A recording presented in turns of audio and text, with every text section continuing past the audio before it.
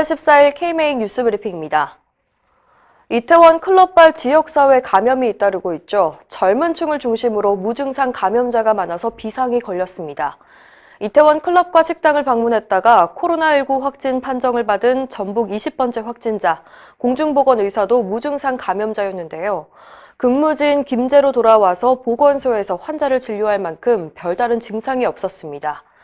이태원 클럽 관련 확진자는 전국적으로 계속 늘어서 120명에 육박하는데요. 연령별로는 20, 30대가 80%를 차지하는데 전체 확진자의 35%가 무증상 환자입니다. 방역당국은 어제까지 1차 골든타임 사수는 실패했고 앞으로 3차 감염 발생 가능성이 높아서 촉각을 기울이고 있습니다. 등교 계약도 미룬 상황에서 영업을 재개했던 클럽. 생활 방역 시작과 동시에 우려했던 집단 감염이 터졌습니다. 공든탑이 무너졌다는 탄식과 함께 정부의 대책이 성급했다는 지적이 나오고 있습니다. 대한의사협회는 방역 대책이 소홀했다며 방역 계획 전반을 재검토해야 한다고 밝혔습니다. 최대집 의협회장은 클럽을 포함한 유흥시설 규제가 필요하다고 수차례 말해왔는데 그동안 묵살하다가 이제 와서 클럽에 간 사람들 탓은 안 된다고 방역당국을 비판했습니다.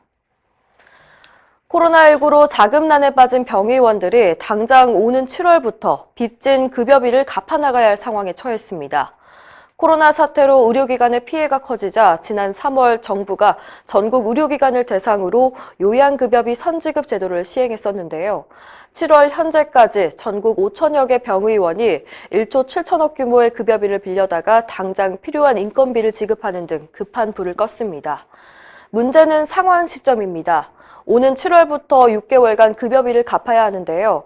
사태 장기화로 타격을 입은 병의원들은 아직 갚을 여력이 없다며 정부의 상환 일정을 연장해달라고 요청했지만 정부는 수용이 어렵다는 입장입니다.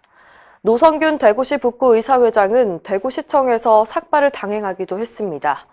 노 회장은 상환 시기를 연장해달라며 병원 폐업만 막아줄 대책을 세워달라고 호소했습니다. 정부가 신종 코로나 바이러스 사태를 계기로 원격 의료를 강하게 추진하고 있어서 의료계 반발이 큰데요. 대형 병원 쏠림을 해결하지 않고는 성공할 수 없다는 지적이 나옵니다. 13일 열린 더불어민주당 심포지엄에서 서울대병원 공공보건의료사업단 홍윤철 단장은 1차 의료기관에 대한 환자의 신뢰 회복 없이는 원격 의료가 성공하기 어렵다고 말했습니다. 홍 단장은 환자의 90%가 빅5 병원을 선호하는데 원격 의료가 시행되면 당연히 대형 병원으로 환자가 집중될 것이고 그러면 의료 시스템이 붕괴될 것이라고 지적했습니다. 갑자기 울리는 소리와 진동, 정부가 보낸 코로나19 안전 안내 문자를 전 국민이 받고 계실 겁니다.